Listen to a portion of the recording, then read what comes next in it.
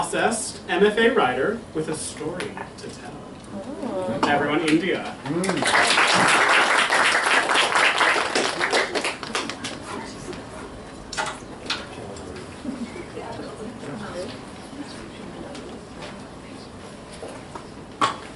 Hello all, I'm India, last I checked. And I also apologize for my voice. I don't know if I have allergies or what. So, the piece I have for you is a piece of flash fiction. It's called Dreamcatcher.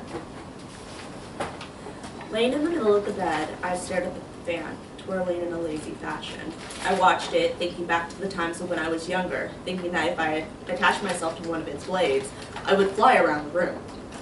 Realistically speaking, I would tear the fan from the ceiling and send myself crashing into the floor or even the wall. Not an experience I really wanted to have, but still nice to think about. I'm not crazy, I swear. When the brightness of the overhead light became too much of a strain on my eyes, leaving little images to dance in front of my corneas, I flipped to my side, using my shoulder as a pillow, pressing my ear into it to attempt to drown out the voices, mainly screams. Whether they were inside my head or within reality made no difference. I could do nothing about it. My arms were crossed over my chest, which were most likely to end up falling asleep. Oftentimes I would wake up not feeling my arms, freaking out over the fact that I cannot feel, let alone move them. Tonight would most likely be no different. They would be back. They would be coming to take away my dreams. What keeps me in this place? On the bedside, hanging off the wall, was my dream catcher. The only thing in this room that I could call mine. They gave it to me to take away my nightmares, they said. It was bright red, standing out amongst the white padded walls. The dyed red leather twined amongst the wire that worked as support for the circular frame. The middle of the frame was intricate, a spider web, interlaced with beads of many colors, ranging from yellow to orange to green. Hanging down were more leather strips with more beads. Attached at the ends, red feathers, fluttered slightly from the light breeze of the fan that was barely making a difference in the oppressive heat. I felt my eyes beginning to drift closed, the heat making me lethargic and sleepy. The wall opposite me opened suddenly, my eyes snapping open. They knew when I wanted to steal away an ounce of sleep, a chance to dream. A woman in white came in. She had a simple frock that fit to her slim figure. She appeared to float to me, her hips appearing to sway. She was fair-skinned, her eyes soft and kind, her hair flowing freely down to her waist. A halo of white was upon her head. Maybe she was a nice one. Maybe she'd actually let me dream. "It's time to sleep, dear," she said softly. She touched the dream catcher, and the beads turned into little bubbles, the colors swirling in the middle of them, eventually becoming images. Inside showed scenes of freedom, the sun shining over a field of orange poppies, the green grass blowing in the breeze. I watched in awe as all of the bubbles collided into each other, creating one big bubble which drifted over me, causing me to lay on my back. She smiled at me, pulling a wand out of her pocket, pressing the end, and a shower of confetti came from it, making me giggle.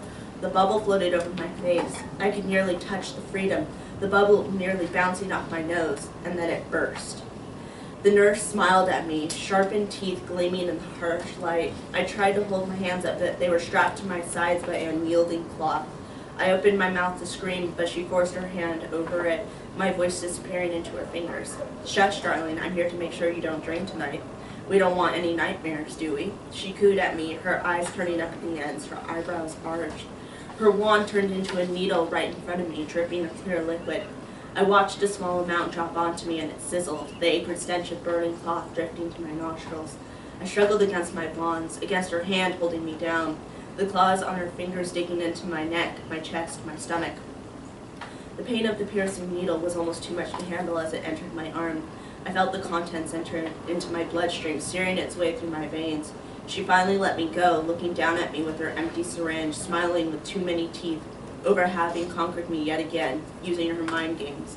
Everyone used mind games. They all were against me. They watched me, the doctors, the nurses, everyone in this godforsaken place, this earth. They were watching. The monsters. They wanted the dreams because they couldn't dream themselves. She took them away. Again.